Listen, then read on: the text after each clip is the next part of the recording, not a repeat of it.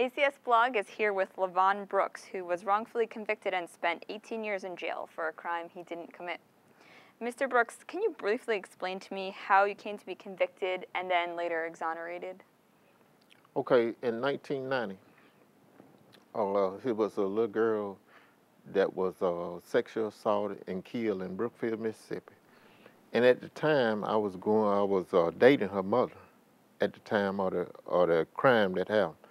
And anyway, when the crime happened, me and her mother was out that night to a club where I worked at. And the following week, I'm gonna make it real short. The following week, they came back and said that I was a suspect in the case. So what I did, I went down to the county jail myself and went down there and see what they wanted with me. So when I got down there, they wanted me for questioning in the little girl murder. But I told them my alibi where I was, and their mothers told them too. So they didn't want to believe none of that. So they arrested me and charged me with capital murder. Wow, and how did you come to later be exonerated of that crime?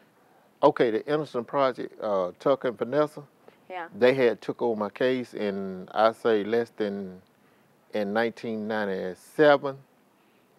And in 2008, I was at home doing the investigation, but when the case was reopened, I didn't really know that they had reopened the case.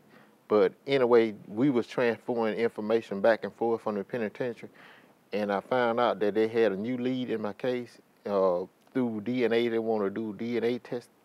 And so I agreed to the DNA testing because I know I ain't have nothing to hide.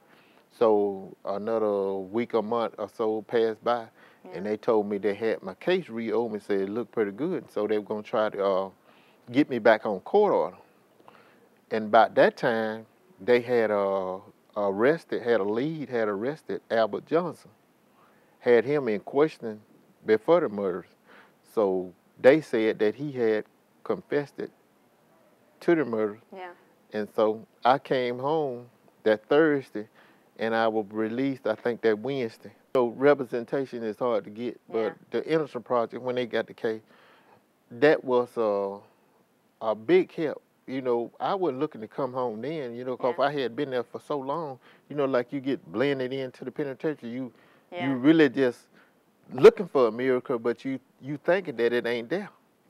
So when they got the case, it was God really blessed them, and I thank Peter and Vanessa and the whole Innocence Project for the fine work that they did, and then especially the guy, the very chef, the one that did the DNA and all that there. So I owe all that to them.